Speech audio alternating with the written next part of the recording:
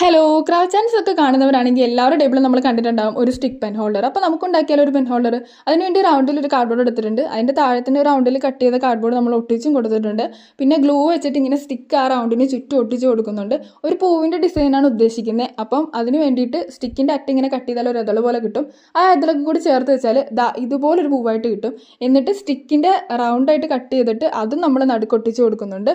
പിന്നെ ഒരു brown colour പെയിൻ്റാണ് നമ്മൾ അടിച്ചു കൊടുക്കുന്നത്.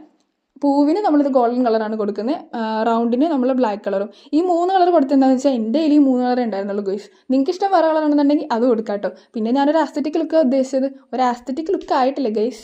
അത് കഴിഞ്ഞിട്ട് കുറച്ചുകൂടി ഭംഗിയാക്കാൻ വേണ്ടിയിട്ട് നമ്മൾ വൈറ്റ് ലേസ് എടുത്തിട്ടുണ്ട്. അത് മേളിലും താഴെയായിട്ട് നമ്മൾ ഒട്ടിച്ച് കൊടുക്കുന്നുണ്ട്. അപ്പോൾ നമ്മുടെ സ്റ്റിക്ക് പെൻ ഹോൾഡർ ഇവിടെ റെഡി ആയിട്ടുണ്ട്. ഉണ്ടാക്കാൻ വളരെ സിമ്പിളാണ്. അപ്പോൾ നിങ്ങൾക്ക് വീഡിയോ ഇഷ്ടമാണെന്നുണ്ടെങ്കിൽ ലൈക്കും കമൻറ്റ് സബ്സ്ക്രൈബും ചെയ്യാൻ മറക്കല്ലോ കേട്ടോ. നിങ്ങളുടെ സപ്പോർട്ടാണ് നമുക്ക് വേണ്ടത്. അപ്പോൾ നെക്സ്റ്റ് വീഡിയോ കാണുന്നവരെ ഓക്കെ, ബൈ ബൈ.